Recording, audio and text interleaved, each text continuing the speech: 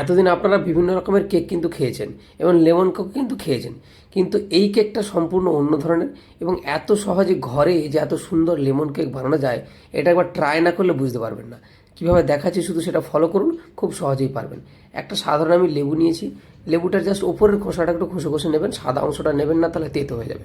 ব্যাস, এবার একটা মিক্সিং আমি জারের মধ্যে দুটো ডিম ফেটিয়ে নিলাম, তার মধ্যে ওই যে লেমন জেস্ট নিয়েছিলাম সেটা দিলাম, আর একটা লেবুর রস দিলাম, এর মধ্যে নুন দিলাম, আর আমি ক্ষমা চেয়ে নিচ্ছি, এখানে দেখাতে ভুলে গেছি, হাফ কাপ মতো চিনি, আর তার মধ্যে হাফ কাপ কি পৌনে 1 কাপ মতো আমি তেল দিয়েছি, যেই কাপের ময়দা নিচ্ছি সেই কাপের।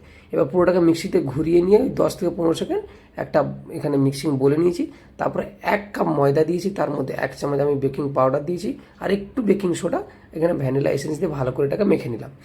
মাখা হয়ে গেলে এবার একটা এখানে বোলের মধ্যে আমি কি করলাম, কিছুটা বাটার বা তেল দিয়ে আমি এখানে একটা বাটার পেপার দিয়ে পুরো মিক্সচারটা দিয়ে দিলাম। দিয়ে দেওয়ার পরে থপথপিয়ে নিয়ে আগে থেকে গরম করা একটা হাঁড়ির মধ্যে বসিয়ে দিলাম। বসিয়ে দিয়ে এটাকে ঢেকে দিলাম। ঢেকে ঠিক আধ ঘন্টা মতো বেক করেছি।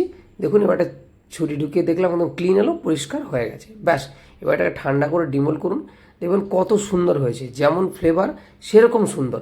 এবার এতটাই নরম, এবার জাস্ট কাগজটা ফেলে দিয়ে পিস করে কেটে খেয়ে দেখবেন একবার, বলবেন তারপর আমাকে যে কত সুন্দর হয়েছে। একবার না বানালে বিশ্বাস করতে পারবেন না, এতটা সুন্দর হয়েছে। আমি নিজে বানিয়ে ভাবছি এত সুন্দর হয় আবার।